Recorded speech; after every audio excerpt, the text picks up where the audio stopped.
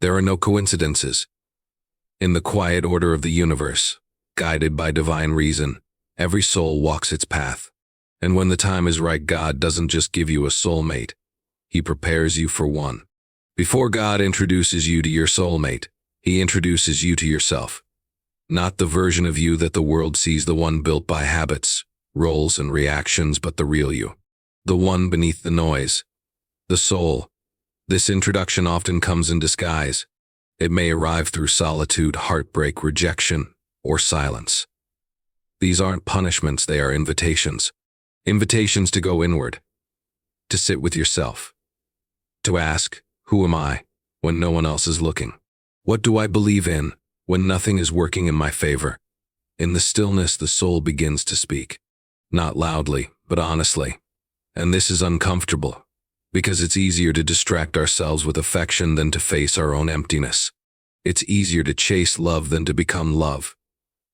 But God, in His wisdom, doesn't send your soulmate into your life to save you from your loneliness. He sends loneliness to save you from yourself. You see, a soulmate is not sent to rescue a broken soul. They are sent to complement a healed one. But healing doesn't begin with someone else entering your life. It begins when you stop running from your own reflection. The Stoics taught that suffering is the teacher of the soul. That virtue is born in discomfort. And so God allows you to experience what feels like abandonment, not because He is cruel, but because He is cultivating. He is sculpting your character, chiseling away false identities and attachments that no longer serve your higher path. It is in these moments that you begin to notice your patterns. You see your need for control, your fears, your insecurities. And at first it's painful to admit them. But this is the beginning of transformation. Because what you are aware of, you can change. And what you change in yourself, you no longer seek from others. This is the soul work. The Stoic path. To discipline your desires. To bring order to your emotions. To stop expecting someone else to fix what you've left unattended. God, in His divine timing, is not punishing you with delay. He is preparing you with depth. So you learn to be alone, but not lonely. You learn to find joy in silence, strength in routine, beauty in simplicity. You rise early, not to impress, but to build.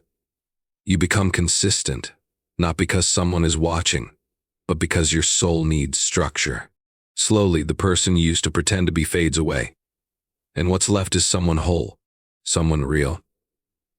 And here's the secret: once you know yourself deeply, you no longer fall for just anyone. You don't chase chemistry, you seek alignment. You don't hunger for attention, you crave peace. Because now, you've tasted the richness of solitude. And anyone who disturbs your peace feels foreign to your spirit. At this point, something shifts. God sees that you've stopped begging and started building. You're no longer looking for someone to carry you, you're ready to walk beside someone. And in that posture, your soulmate appears.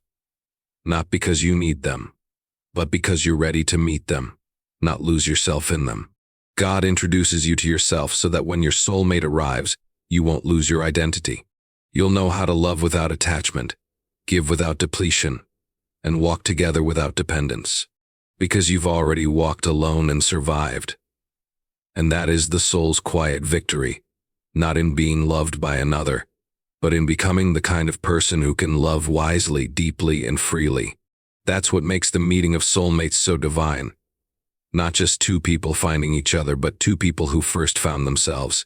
There is a season for everything under the sun. A time to build, a time to break, a time to search, and a time to wait. When it comes to love, true love, God doesn't rush. He moves in divine order.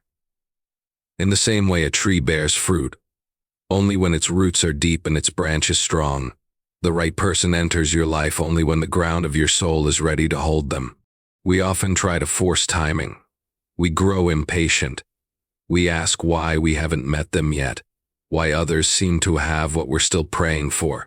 But timing isn't just about waiting, it's about becoming. The Stoics understood this well. They believed that nature follows its course, and the wise person accepts this rhythm without resistance.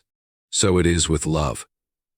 The universe isn't punishing you when things take time, it's positioning you. The right person will not arrive during a season of emotional chaos, because love requires clarity.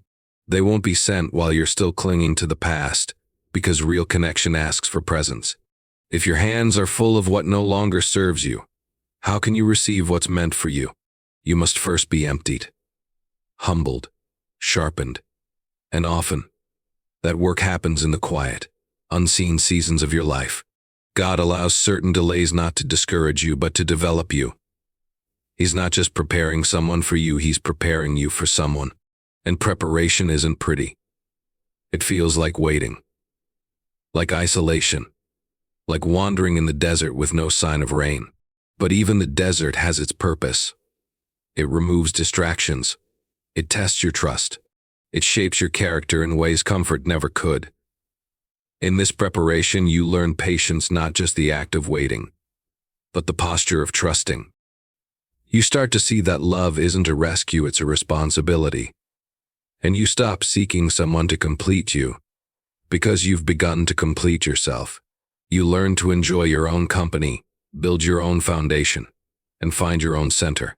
And from that place of wholeness, you begin to attract different energy.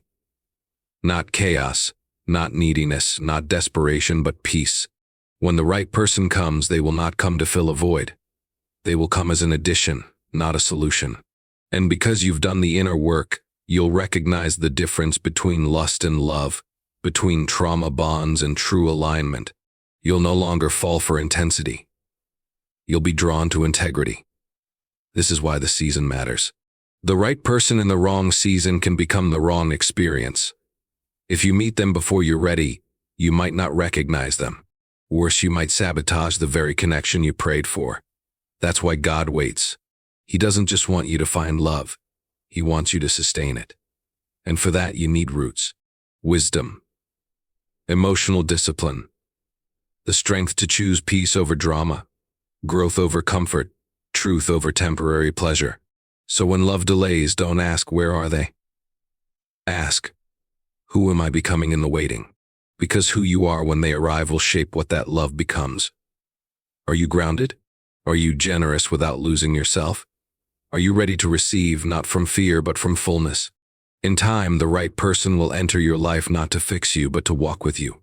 Not to give you purpose, but to amplify the purpose you've already found. And you'll look back on the waiting season not with bitterness, but with gratitude. Because you'll realize it wasn't just a delay, it was divine alignment. The right person came in the right season, and you were finally ready. Pain is not the enemy, it's the revealer. The Stoics taught that discomfort is not something to avoid, but something to learn from. And when it comes to love, it is often through pain that we gain the clarity we lacked in comfort. Before God introduces you to your soulmate, He often allows you to feel the sharp edges of people who are not meant for you, not to hurt you, but to awaken you. You don't recognize true love by first experiencing it. You recognize it by first misunderstanding it, by chasing illusions, by pouring yourself into people who were never built to carry you. It is through heartbreak that we begin to see the difference between what we thought we wanted and what our soul actually needs. The pain sharpens your vision. At first it feels cruel. You ask why God allowed it, why He didn't protect you from the wrong people. The deep betrayals, the moments that tore you open. But those moments weren't punishments. They were teachers. That betrayal, it showed you your boundaries. That rejection, it taught you your worth. That emotional chaos, it revealed how much peace you were willing to sacrifice just to feel temporary affection. Pain doesn't destroy you. It unmasks you. And in doing so, it frees you. It forces you to stop living in fantasy. It wakes you up from the dream that someone else will save you. It reminds you that love without respect isn't love. That passion without consistency isn't partnership. That presence without depth is just noise. And you would have kept chasing all the wrong things if pain hadn't stepped in to interrupt you. This is the mercy hidden inside suffering. Stoics believe that we cannot control what happens to us, but we can choose how we respond. And when we choose to respond to pain with reflection instead of resentment, we grow. We evolve. We gain the kind of insight that no book, No quote, no conversation can give because it was born from lived experience, from scars that became scripture. Pain purifies.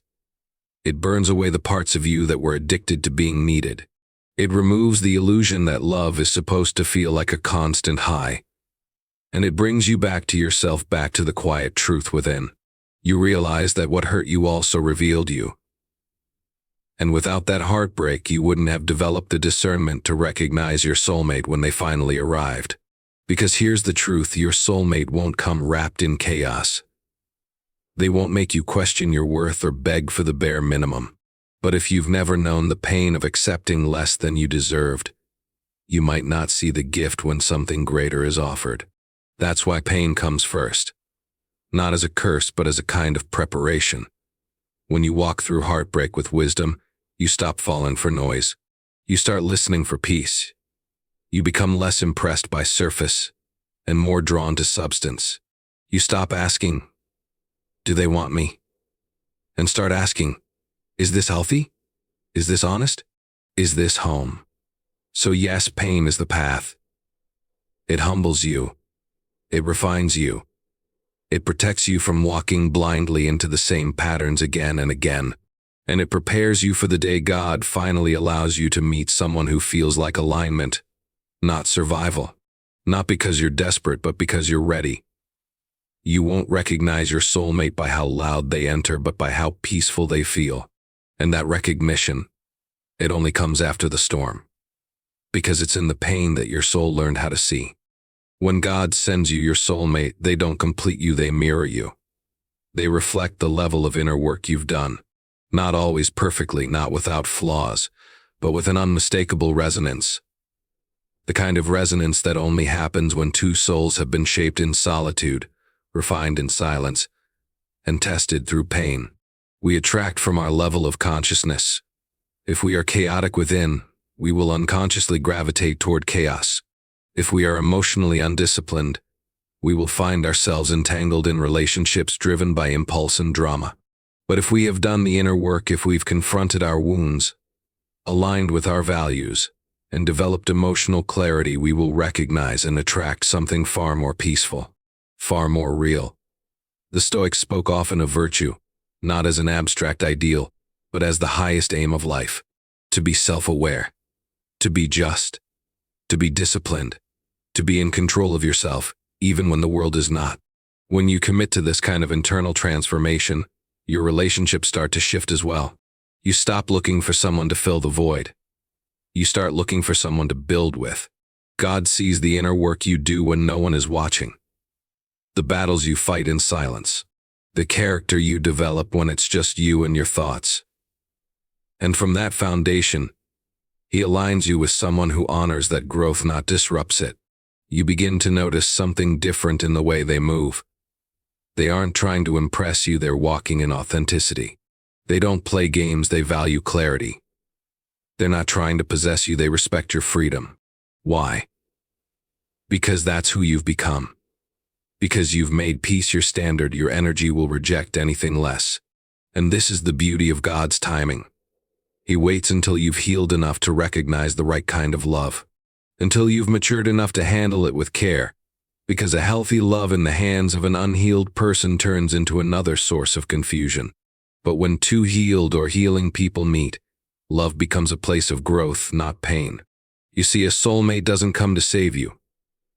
They don't fix your wounds or erase your past. But they do stand beside you with the kind of presence that reflects how far you've come. You see your own effort mirrored in how they speak, how they listen, how they love. Their patience reflects your patience.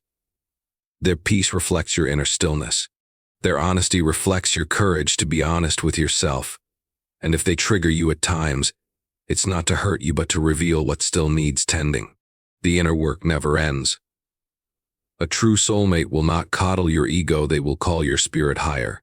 They'll remind you of your values when you're tempted to compromise.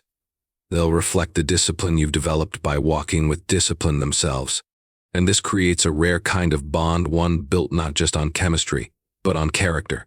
This is what the Stoics would call harmony with nature. Everything in its proper order, not forced, not rushed, just aligned, So if you're wondering when that kind of love will appear, look inward. Ask yourself, what kind of energy am I carrying? What kind of partner am I prepared to be? Because your soulmate will not rise above the level of your self-awareness. They will not carry what you refuse to confront. They will match you. And that match is determined not by the hopes you speak out loud, but by the habits you live in secret. In the end, God doesn't just send you who you want. He sends you someone who reflects who you've become. And if you want something extraordinary, you must become extraordinary. That's the work. That's the mirror. That's the love worth waiting for. Desperation clouds the soul. It rushes decisions. It forces connections. It makes you settle for something that only looks like love but lacks the roots to sustain it. But divine timing moves differently. It flows with grace. It teaches patience. It arrives not when you beg, but when you're ready. And that's the difference between what we chase in fear and what God gives in alignment. Desperation says, I need someone now. Divine timing says, let me become someone first. Desperation feeds on emptiness. It convinces you that being alone is a failure. But divine timing honors the silence. It uses the waiting season to prepare your heart for something deeper than convenience, something sacred. The Stoics believed in trusting the order of nature.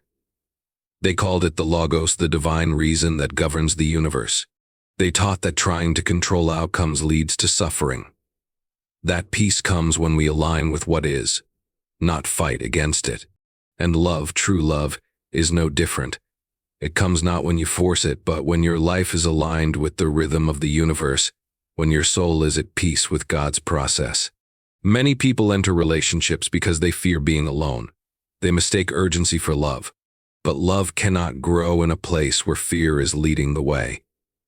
It can't thrive when it's built on need instead of choice.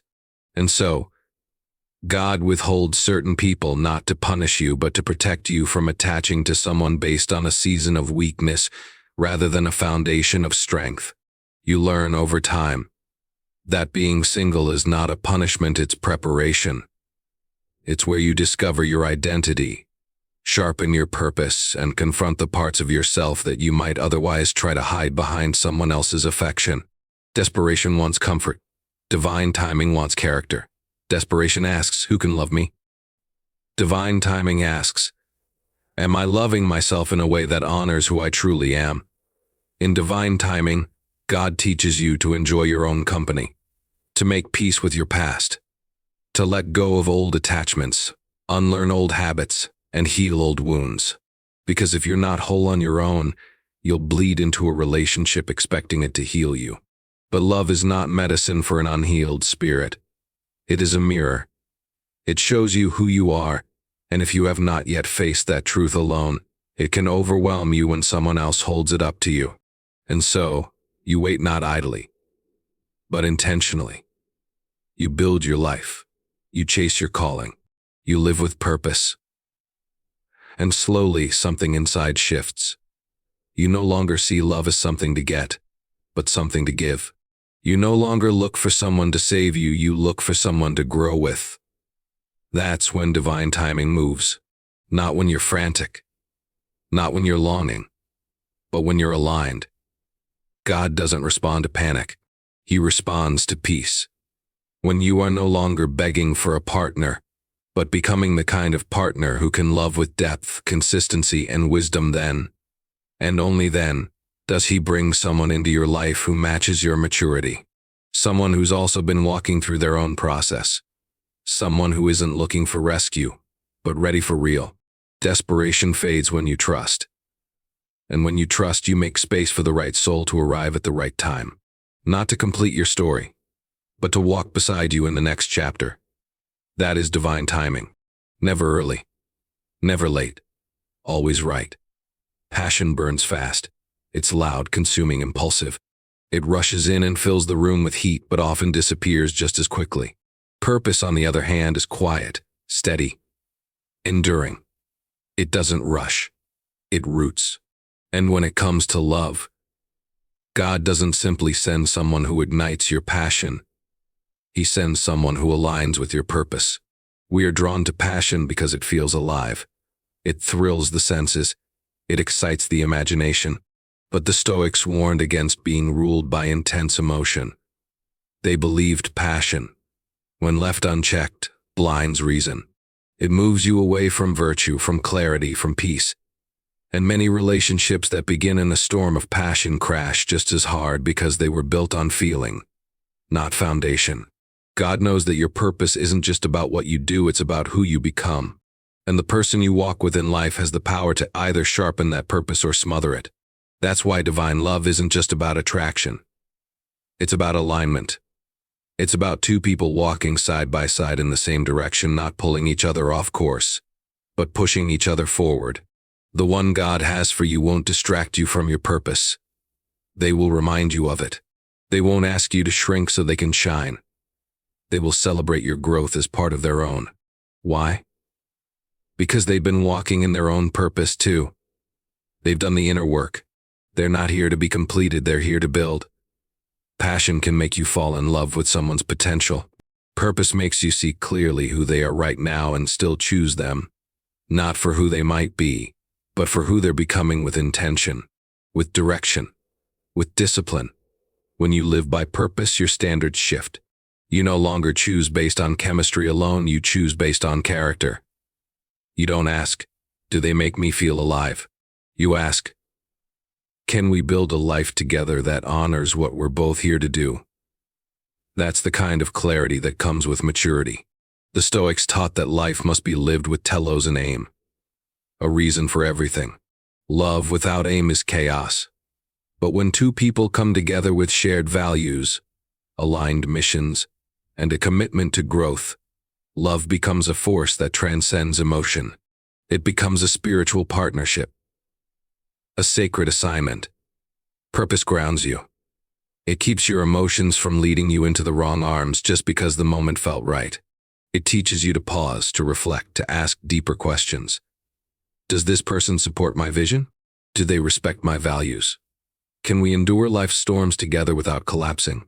Because passion can't carry you through hardship, but purpose can. When the fire dies down, and it always does, it's purpose that keeps you choosing each other. It's purpose that says, we're not just here for pleasure, we're here for something greater. God isn't looking to give you temporary emotional highs. He's looking to give you partnership that elevates you both. And when you choose purpose over passion, you position yourself to receive that kind of love. The kind that doesn't just make your heart race, but makes your soul rest. So fall in love. Yes, but fall in love with someone who pushes you to become everything God called you to be. Someone who doesn't just feel good but is good. Someone who walks with integrity, speaks with clarity, and builds with you, not around you. Passion may start the fire, but purpose keeps it lit. And when love is rooted in purpose, it endures not because it's perfect, but because it's built to last.